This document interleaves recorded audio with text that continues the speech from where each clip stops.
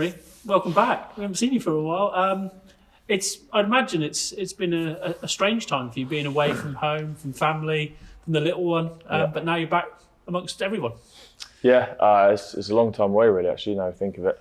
Felt a bit weird coming back here in the first week, but I guess that's why we came straight back in and didn't go away and have time off after, I think, getting back in and getting used to the calls again. And although we never forget the calls, it's just like those split-second things you need to have all that in your mind.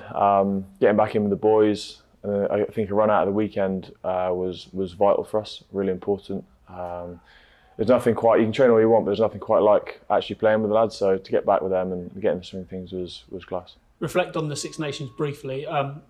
You bookended it with 2 defeats, but in between, as you just told the media, it wasn't too bad. And personally, you had a good tournament. Yeah, on the whole, individually, I was fairly pleased how I went. I think it could have gone better, but it could have gone worse. Like you said, the book ended with 2 bad performances, which sort of is what stays in people's minds. But actually, what we found throughout the tournament is we reacted well to that Scotland loss with a result against Italy, where I thought we played pretty promisingly, played well. Although Italy finished bottom of the tournament, I thought we showed some real positive signs against Wales as well. Not everything went our way that day, obviously, but I thought some of the rugby we played and the way we definitely went after the game mentally and was really pleasing. And then obviously the French game was a great result, great performance. So obviously that gets overshadowed by our performances against Wales and Scotland and Ireland. But I think there's a lot of positives to take from it. Hoggy, Johnny, and Franny probably had their little say after the games, but now you're all back in a collective and. Coming into this weekend, it's a huge fixture, isn't it? Leinster, you've played them before, you know what's coming at you.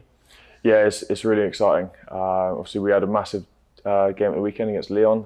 Got off to a pretty poor start, which we wanted to do this weekend. But Leinster offer a massive threat, massive challenge. Obviously, the history they've got in this competition is enormous. We'll give them that respect, but we don't want to give them too much. Like I was saying earlier, we want to be the aggressors. We want to be the team taking it to them. So.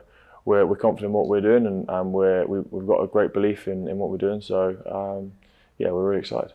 You've had some good times at this club over many years, but reflect on last season, and in particular the European final. That was a special, special day, albeit with no fans. Yeah, really special. Like you say, no fans made it. Bittersweet? Yeah, bittersweet really. It'd be nice to even just to have had our friends and family there. Would have been nice, but obviously COVID, can't do that. Don't get me started on that. Yeah, it was unbelievable. But I was just saying a minute ago, it means nothing now. Like I wasn't thinking against Lyon. I wasn't thinking, we need to win this, else we aren't defending champions anymore. All I was worried about was getting back into that game from a slow start and pushing on and doing the job then on that day, and knowing it would give us this opportunity today, which is a massive this week, which is a massive challenge. And we're not looking any further than it or any further behind. We've played Leinster before in this competition, but we're a much different side then. We were way further back in our evolution of where we're going and what we're trying to achieve. And I think we've been learning lessons all the time. But like I said, we're a completely different side. They're a completely different side. It's going to be a big game the weekend. I talked with Rob this morning about the fighting quality of this side, albeit you don't want to go 14-0 down like you said, but when you came back last week and you've done it in other games this season, you can't train that, you cannot coach that. It's just something that's built in with you, and intrinsically, you're a collective that really work for one another.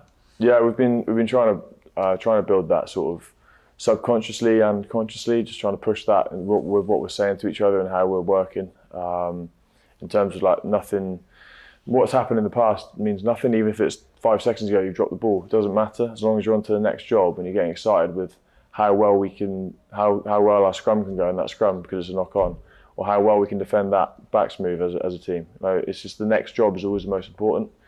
Whether the action before that was positive or negative, just keep backing it up with positive next jobs, and we'll be sweet, because it's just the mental side of the game is massive, and it is probably as important as the physical. And if you're getting after that and getting that right, then you go a long way. Like you see at the weekend, 14-0 down, but our messages are just on to the next thing, boys, next job, and we get back into the game and we push on. and that was the most pleasing thing to come out of the weekend. There's a growing maturity amongst you, not just as players, but as human beings as well. A lot of you have become dads, things like that. It all helps, I'd imagine, in the long run. You've got used to more bigger game experience. Yeah, I guess so. Like I said, we've been together a long time. We've been building. Been through some lows, been through a lot of highs as well. I think where we are now, everyone's at a pretty good age. Everyone's been there and done it. And yeah, we're really excited now to get out there Saturday and give Leinster a good go. Without giving away the game plan, what are you expecting from Leinster? So they've obviously got a lot of international quality. They're tenacious around the breakdown, and the way the breakdown is refed in Europe, that's something that we're going to have to be very strong in.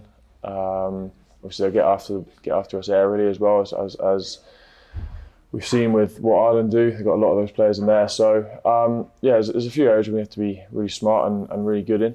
I think just scrapping for the whole 80 minutes, because that's what they'll do. They'll keep coming, but as will we. Final one. What's daddy life like now being back? Because you were away for 10 weeks. You missed 2 months. I know.